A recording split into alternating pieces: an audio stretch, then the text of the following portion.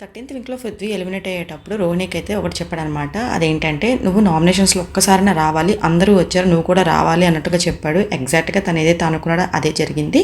ఇంకా 14th వీక్లో Rohini nominate అయిపోయింది. ఇంకా ఆ నామినేషన్లో భాగంగా మనం వైల్డ్ కార్డ్ ఎంట్రీ ద్వారా వచ్చిన ఈ రోహిణి ఇప్పటివరకైతే నామినేషన్స్లోకి రాలేదు. చాలామంది రోహిణి ఎలిమినేట్ అవ్వడానికి గల రీజన్స్ నామినేషన్స్లో ఇప్పటివరకు రాలేదు అనేది ఒకటే చెప్తున్నారు.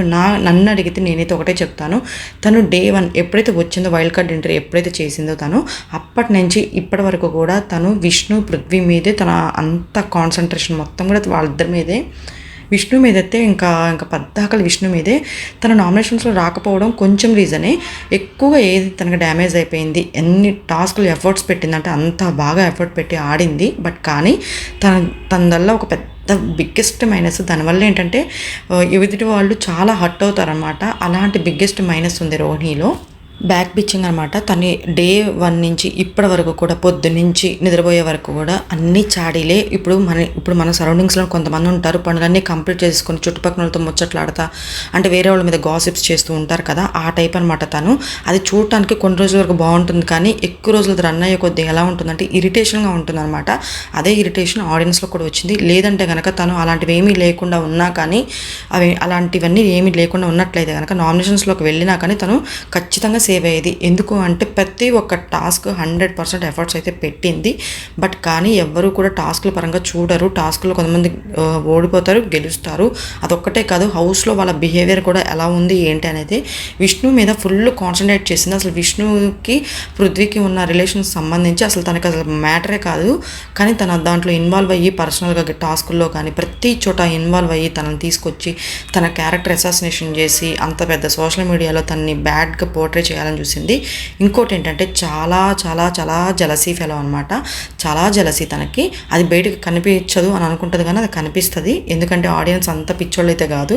అవన్నీ తనకి మైనస్. నామినేషన్స్లో ఒక్కదానికి రాకపోవడం వల్ల కాదు, తను ఒకసారి ఇక్కడ నామినేషన్స్లో రావడం వల్ల ఏంటంటే నామినేషన్స్లో వచ్చిన తర్వాత తను ఎంత నామినేషన్స్లోకి వచ్చాను అలా వెళ్ళిపోతానేమో ఇట్లా అట్లా అని చెప్పి కంగారు పడతాం. అవన్నీ జరిగినాయి ఈ వీక్ మొత్తం కూడా.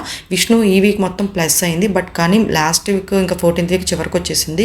ఈ ఒక్క వీక్ ఎఫర్ట్స్ పెడితే కుదరదు కదా. ఫస్ట్ నుంచి ఇదే కాన్సన్ట్రేషన్ ఉన్నట్లయితే ఖచ్చితంగా ఇట్లాంటి ఎఫర్ట్స్ పెట్టినట్లయితే వార్ వన్ సైడ్ అన్నట్లుగా మన విష్ణుప్రియ రన్నర్ దాంట్లో ఉండేదన్నమాట. ఎందుకంటే ఇన్స్టాగ్రామ్లో తనకి అంతమంది ఫాలోవర్స్ ఉన్నారు.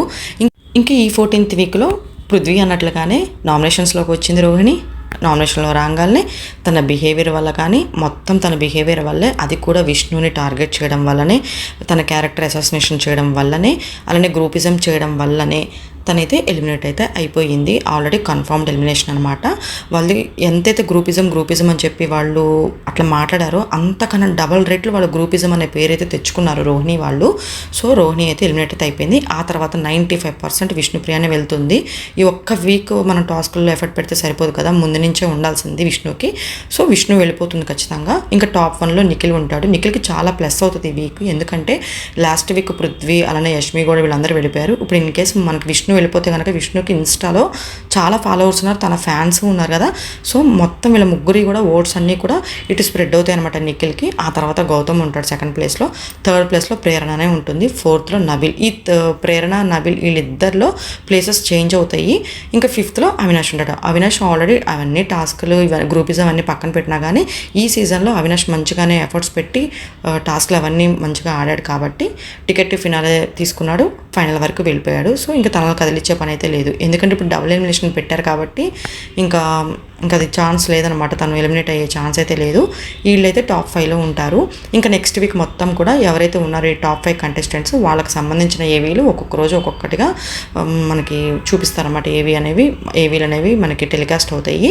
సో ఇదనమాట ఈ సీజన్ ఓవరాల్గా. కానీ ఈ సీజన్ మాత్రం బిగ్గెస్ట్ ఫ్లాప్ అయింది, అంటే డిజాస్టర్ అనమాట. ఇది టీఆర్పీని హై లెవెల్లో తీసుకురావడానికి ఎన్ని తిప్పలు పడాలో అన్ని తిప్పలు పడ్డారు బిగ్ బాస్ వాళ్ళు.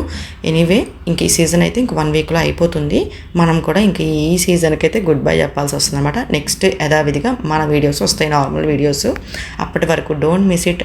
ఎప్పటికీ ఇలానే లైక్ చేస్తూ కామెంట్స్ చేస్తూ మంచిగా సపోర్ట్ చేస్తారని అనుకుంటున్నాను. Thank you.